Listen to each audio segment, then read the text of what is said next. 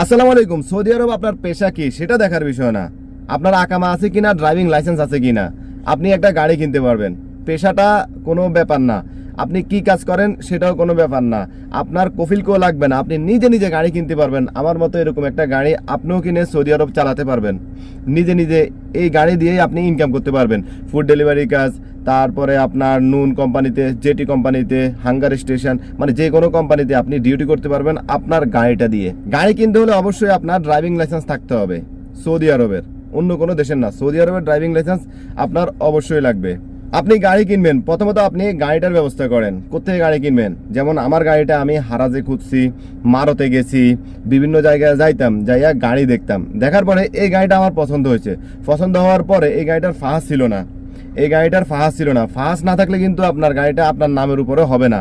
ফাহাসটা কি? ফাহাসটা হলো সরকার অনুমতি দিছে আপনাকে রাস্তায় গাড়িটা চালাতে পারবেন, এটাই হলো ফাহাস। ফাহাস না থাকলে আপনার জরিমানা করবে 150 রিয়াল যদি রাস্তায় পুলিশে ধরে। কিন্তু আপনি কেনার আগে গাড়িটা ফাহাস থাকতে হবে, তারপরে আপনার নামের উপরে গাড়িটা হবে। দ্বিতীয়ত, এটা হলো গাড়ির ইস্তেমারা।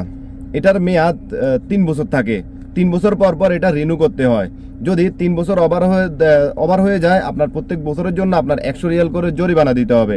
তো এই ইস্তেমারার মেয়াদ যদি না থাকে তাহলে আপনার গাড়ি আপনার নামের উপরে হবে না। যাতে গাড়ি কিনতেছেন ওটা নামের উপরে হবে না, অবশ্যই ইস্তেমারাটা করতে হবে। তো গাড়ি কেনার ক্ষেত্রে আপনি এই দুইটা জিনিস প্রথমে দেখবেন, মানে গাড়িটার দাম উঠানোর আগে আপনি দেখবেন ইস্তেমারা আছে কিনা, আপনি দেখবেন গাড়ির ফাহাস আছে কিনা। গ্লাসের কর্নারে স্টিকার একটা থাকে, ওটা আছে কিনা, ওটা বারকোডটা আপনি স্ক্যান করলেই দেখে যাবেন কতদিন মেয়াদ আছে আর ফাহাসের 1 মাস 2 মাস নাকি মেয়াদ ওভার হয়ে গেছে, সবকিছু আপনি দেখতে পারবেন। যদি এই দুইটা জিনিস থাকে তাহলে আপনার জন্য বেটার, আপনার জন্য ভালো। তাহলে গাড়িটা আপনার নামের উপরে করতে সর্বোচ্চ আধা ঘন্টা সময় লাগবে। এবার আসেন, যখন আপনি মূলামূলি করে গাড়িটা নিয়ে নেবেন 10,000 20,000 30,000 যে রিয়াল দিয়ে আপনি গাড়িটা কিনেন, মনে করেন আপনি গাড়িটা নিয়ে নিছেন একটা সৌদি থেকে বা আজনবী থেকে বা একটা মারত থেকে অথবা যে কোনো জায়গা থেকে আপনি গাড়িটা নিয়ে নিছেন। এখন আপনার অ্যাপসারে আনতে হবে, আপনার নামের উপরে আনতে হবে। আপনার নামের উপরে আনতে হলে আপনি যেতে হবে মারতে বা মুক্তবে, যে কোনো মুক্তবে বা মারতে। এগুলো তো মারতেই বেশিরভাগ মানুষ নামের উপরে করে থাকে।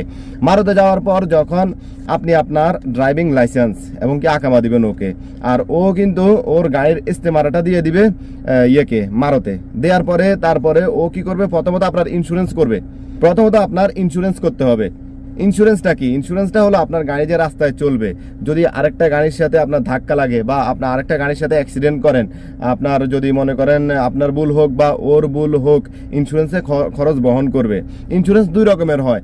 এক হলো শুধু ইন্স্যুরেন্স, তামিন, সেটাকে বলে তামিন।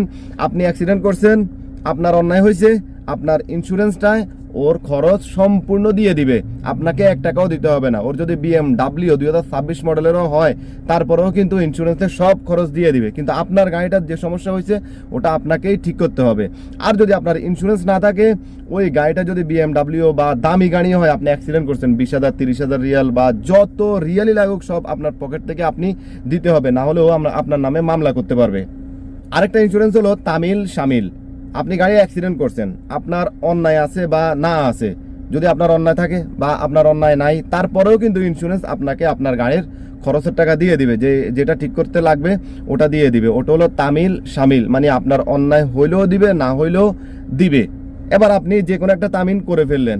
আমার গাড়ি, এটা আমার গাড়ি, আমি যখন এই গাড়িটা নিছি, করলা 2012 মডেলের গাড়ি, ইন্স্যুরেন্স মাত্র 950 রিয়াল দিয়ে করছি।